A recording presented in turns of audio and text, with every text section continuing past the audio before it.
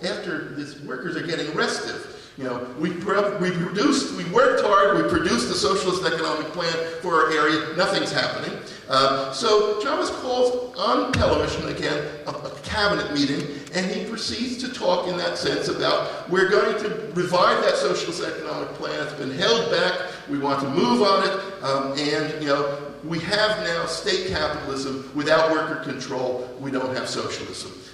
And a clear response to the worker, well, so it went back, he's got a new minister of basic industry because the old minister was not functioning to push this process forward. This is a constant struggle, you know, between the bureaucrats, some of the ministers, and Chavez and the workers. And that's, you know, that is what is happening. You know, so you have a move toward social ownership, a move toward worker management, and the key question is that whole question of communal needs and communal purposes. I said before, the most exciting thing happening in Venezuela is this process of communal control, communal decision-making. That you had the establishment, 2006, of communal councils, which in the urban areas are 200 to 400 families, roughly 1,000 people. And these councils select voceros, spokespersons, who represent them on a number of questions, but they are just spokespersons. They are not representatives in the traditional, you know, parliamentary concept, because the basic decision-making body is the neighborhood assembly. And these communal councils would make decisions, would analyze their needs. What do we need in our area? We need, you know, our roads are horrible, our water system is bad, you know, in many cases they're horrible, you know. So they would then put forward a proposal, and their proposals would always first prioritize those things we can do ourselves without relying upon the state for resources.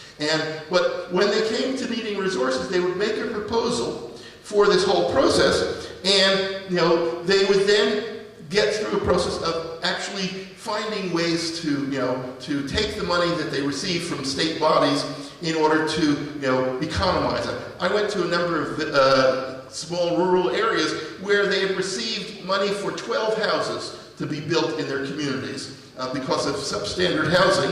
And one after another, they told you with pride how they had stretched the money to build 15 houses or 18 houses by various ways of using, you know, local labor, their own labor, rather than contracting for work, etc. Real pride in what they were doing and what they were doing themselves. This is a process of self-development through their activity. It's the core. Now, obviously, a unit of 200 to 400 families is not going to be able to deal with very large questions. The process happening right now is a process of communal councils deciding on their own to join together with other communal councils to form the communes. So in some cases it's 20 councils, in some cases 10 councils, to work on common problems because they see the identity of their problems. And this process of the creation of the commune is extremely important because it's, again, you know, an extension of this process of decision-making from below. And this is all conceptualized. Chavez is very clear on this. I have to say that, you know, my wife Marta Harnecker has been very much involved in advising on all of this process. That Chavez is very clear that the move from communal councils to the commune, to the communes coming together in something called the communal city, is all step-by-step process of creating a new state from below.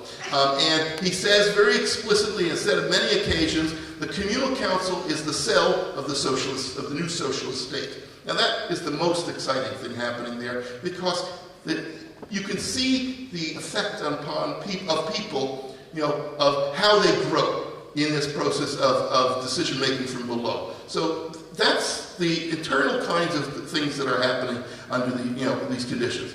Now, externally, externally, Chavez looks, the reality for all Latin America is U.S. imperialism. You cannot do anything without being conscious of the fact that the United States is either, financing, directly, armies like in Colombia, in the Colombian plan, or engaging in direct subversion through the National Endowment for Democracy and financing all opposition groups, strategizing for student movements, doing all this. You are constantly aware of that in every country, that tries to do anything. Bolivia, Ecuador, Venezuela in particular at this point. I wouldn't include Brazil, even though Michael Hart talked about Brazil, because Brazil has followed neoliberal policies. It's not part of a new system. So you have to think in terms of, if you are conscious of the potential of U.S.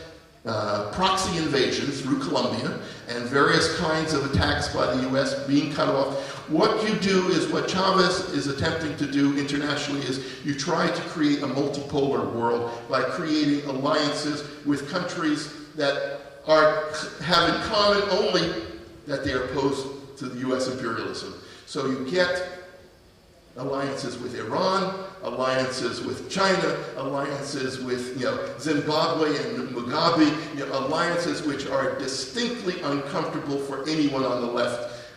But you have to understand the framework for which they're functioning, which is we have to create space in order to be able to build our project. So I don't know whether I've had a chance to answer all your questions, but Strecko is with the wristwatch, so clearly he's on the side of the workers in this particular case, that you can have a chance to rest.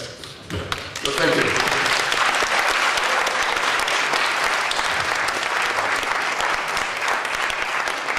Puno hvala Michaelu Lebovicu, kao i svima koji ste bili na predavanju i prevoditeljicama.